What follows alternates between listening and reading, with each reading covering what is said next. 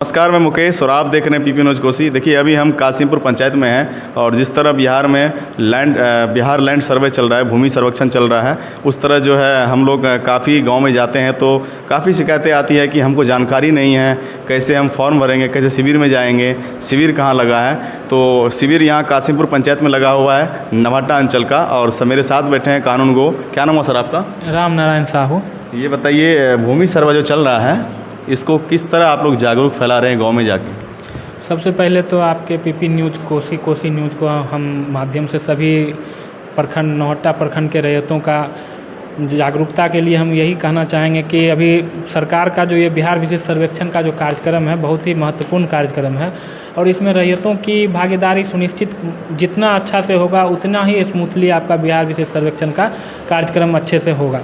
तो इसमें रैयतों के जागरूकता के लिए सरकार के द्वारा भी हर एक दिन newspaper, media, print media, electronic media सब जगह दिया जा रहा है। इसके अलावा शिविर वाइज स्तर से ग्राम सभा का या आम सभा का भी आयोजन किया जा रहा है। पब्लिक अवेयरनेस प्रोग्राम के तहत हम लोग भी हर एक दिन टारगेट करके कि किस किस मौजे से दिक्कत आ रही है, किस किस मौजे में लोगों की समस्याएं हैं या किन किन मौजों में हम लोग वहाँ बुला रहे हैं कि आप यहाँ आइए सर, हमको बहुत सारा सवाल है, बहुत लोगों का सवाल है। तो हम वैसे जगह को चिन्हित करके हमारे जो वरीय पदाधिकारी हैं हमको वहाँ भेजते हैं कि आप वहाँ जाइए और वहाँ पे लोगों के बीच में आप जो भी सर्वे से संबंधित उनकी समस्याएँ हैं उनको सुनिए और उसका सही जवाब देने की कोशिश करिए।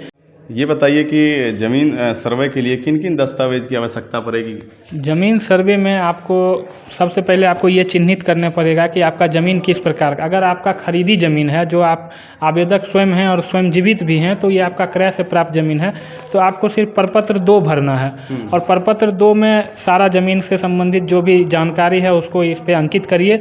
और इसके साथ आप सिर्फ 2 चीज़, एक ज़मीन का जो भी दस्तावेज है, सपोर्टिंग डॉक्यूमेंट में आपका केवाला हो गया, केवाला को डीड भी बोलते हैं, उसका फ़ोटोकॉपी लगाइए या फिर उसका जमाबंदी कायम है तो जमाबंदी का रसीद का फ़ोटोकॉपी लगा दीजिए। और जो भी आवेदक हैं जिनके नाम से केवाला है, आवेदक हैं, वो अपना आधार कार्ड का फ़ोटोकॉपी लगाएंगे। बस उनको खरीदी ज़मीन में उनको प्रपत्र 2 भरना है, ये वाला।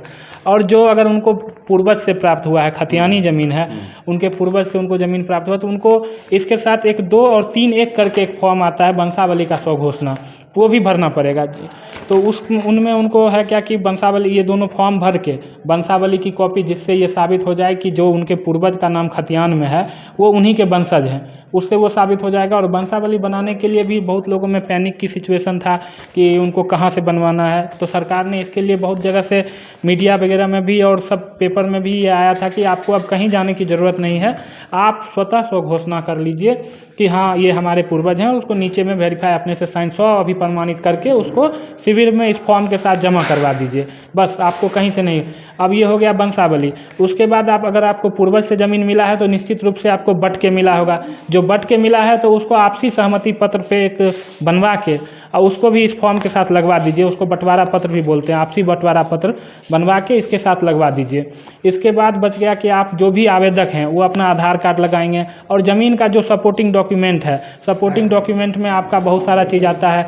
खतियानी नकल हो सकता है या फिर जमाबंदी रसीद हो सकता है, मतलब किसी तरह से ये साबित हो जाए कि ये ज़मीन जिसका आप दावा कर रहे हैं उसका पेपर आप दे दीजिए। इनको अपडेट करके देना ज़रूरी है या पुराना रसीद पे भी काम हो जाएगा? अपडेट करा लीजिएगा तो बेहतर है। नहीं भी करा रहे हैं, 5 साल पहले का भी है तो कोई दिक्कत नहीं है। जमाबंदी रसीद अगर पहले का भी है तो उसको भी आप इसके साथ स्वघोषणा है इसके साथ लगा सकते हैं, कोई दिक्कत नहीं है। वंशावली में जैसे उसको मेंशन करते हैं, कहते हैं किसी, जैसे मान लीजिए दादा के नाम से ज़मीन है, जी। उनको उनके पुत्र के नाम पे करना है। हाँ। तो इसमें वो लोग कंफ्यूज हो जाते हैं कि इसमें मृत्यु प्रमाण पत्र कहाँ से बनवाएं।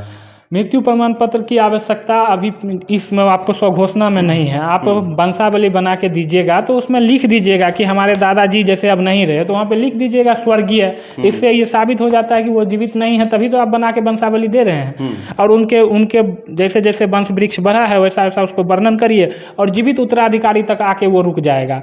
ठीक है, जीवित उत्तराधिकारी के बाद आप अपना नीचे में जो भी है साइन वगैरह करिए, 100 अभी प्रमाणित करके उसको जमा कर दीजिए। मान लीजिए कोई सरकारी ज़मीन पे रह रहा है जी जी। और किसी किसी को सरकारी कोई प्रूफ नहीं है, हाँ। किसी को अगर प्रूफ भी है तो वो अपने नाम पे कैसे करवाए?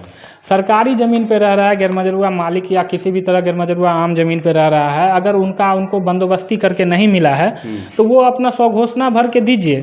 स्वघोषणा भरने के बाद अगर सरकारी ज़मीन है तो उसका तो नहीं ही उनके नाम से खतियान बनेगा, ये तो प्रैक्टिकली संभव नहीं है, लेकिन फिर भी वो अपना स्वघोषणा भर के दे सकते हैं कि हम इस प्लॉट पे रह रहे हैं, ये हम आपको जानकारी दे रहे हैं, बस यही है। अच्छा, शिविर किस तरह लगाएंगे आप लोग? इसे राजस्व मंत्री बोले थे कि हर पंचायत में शिविर लगेगा, जी जी। तो अभी आप कहाँ कहाँ शिविर कर रहे हैं? शिविर अभी पंचायत में नहीं, अभी ब्लॉक वाइज लग रहा है शिविर। एक ब्लॉक में आपका ये शिविर का गठन किया गया है, जिसमें एक शिविर प्रभारी, 2 कानूनगो और संबंधित एक अमीन को 4 राजस्व ग्राम टैग करने का था, लेकिन 6 किया जा रहा है। तो इस तरह से है कि एक अमीन को 6 राजस्व ग्राम, 7 राजस्व ग्राम या 5, मतलब जो है कार्य उसके हिसाब से बांट दिया गया है। तो इस तरह से शिविर का संरचना है। अच्छा, जैसे आप इसमें आपको बंदोबस्त अधिकारी हो गए, जी। कानूनगो हो गए, जी। अमीन हो गए, जी। इनकी क्या भूमिका होती है? देखिए, सबसे पहले शिविर स्तर पे जो संरचना है उसको हम समझते हैं। शिविर पे सबसे यहाँ एक शिविर के शिविर प्रभारी हैं, जिनको SSASO बोला जाता है, स्पेशल सर्वे असिस्टेंट सेटलमेंट ऑफिसर। उसके बाद आते हैं, उनका काम है कि वो जब सुनवाई होगा सरकारी भूमि से संबंधित, वो सुनवाई करेंगे। उनका सरकारी भूमि से संबंधित और शिविर के देखरेख संचालन की पूरी जिम्मेवारी उन्हीं की रहती है। कानूनगो, उनके बाद कानूनगो का है क्या, रैयती भूमि से संबंधित जितना भी एक सुनवाई हो या किसी भी तरह का रैयती भूमि से अगर कोई है तो उसका देखरेख करने का काम आपको कानूनगो का है। उसके बाद अमीन का तो हर एक प्लॉट पे उनका तो बहुत सारा काम है, उसको हम शॉर्ट में बताते हैं कि सबसे पहले अमीन के द्वारा उद्घोषणा में, उसके बाद ग्राम सभा, उसके बाद फिर वो लोग P2 कलेक्शन के लिए जाते हैं, इस तरह से फिर उसके बाद किश्तवार में जाएंगे, ग्राम सभा सत्यापन कराएंगे, और इनका बहुत सारा काम है। तो उसके बाद फिर यादाश्त लिखेंगे, यादाश्त को पारित करवाएंगे, बहुत सारा काम है। तो अमीन का काम बहुत सारा है, बहुत ब्राइट एरिया है। जो बिहार से बाहर रहते हैं, जी जी। जब से ये अभियान शुरू हुआ है तो उन लोगों में डर है, क्या उनको ज़मीन पे आना पड़ेगा या वहाँ से भी वो लोग करवा सकते हैं? देखिए, जैसा कि आप लोग भी जानते ही हैं कि जो लोग बाहर में रह रहे हैं उनके लिए तो ऑनलाइन की सुविधा है। अपना P2 स्वघोषणा, जैसे प्रपत्र का स्वघोषणा ही करना है तो ऑनलाइन माध्यम से वो अपना स्वघोषणा भर के दे देंगे। और जब अमीन साहब किश्तवार में प्लॉट पे जाएंगे तो अभी अपने किसी एक विश्वसनीय आदमी को, अगर वो उपलब्ध नहीं है तब, अगर उपलब्ध हैं तो उनको आना ही चाहिए, क्योंकि उनकी ज़मीन के बारे में उनसे बेहतर कौन जान सकता है। अगर वो उपलब्ध नहीं है तो उस कंडीशन में वो अपने सबसे विश्वसनीय आदमी जो उनके ज़मीन की सही जानकारी दे सके तो उनको वहाँ पे खड़ा कर देंगे, तो उससे भी काम चल जाएगा। मान लीजिए कोई नया ज़मीन लिया है और उसका दाखिल खारिज वगैरह कोई दस्तावेज नहीं है और बोले कि लिख देंगे और सर्वे शुरू हो गया है, तो उनको किस हिसाब से मिलेगा? अभी अभी नया ज़मीन लिए हैं तो केवाला करवाए हैं, केवाला का फोटोकॉपी तत्काल लगा के वो देंगे और अपना जमाबंदी का जो प्रोसेस है वो अपना उसमें रहेंगे, अपना अप्लाई कर देंगे।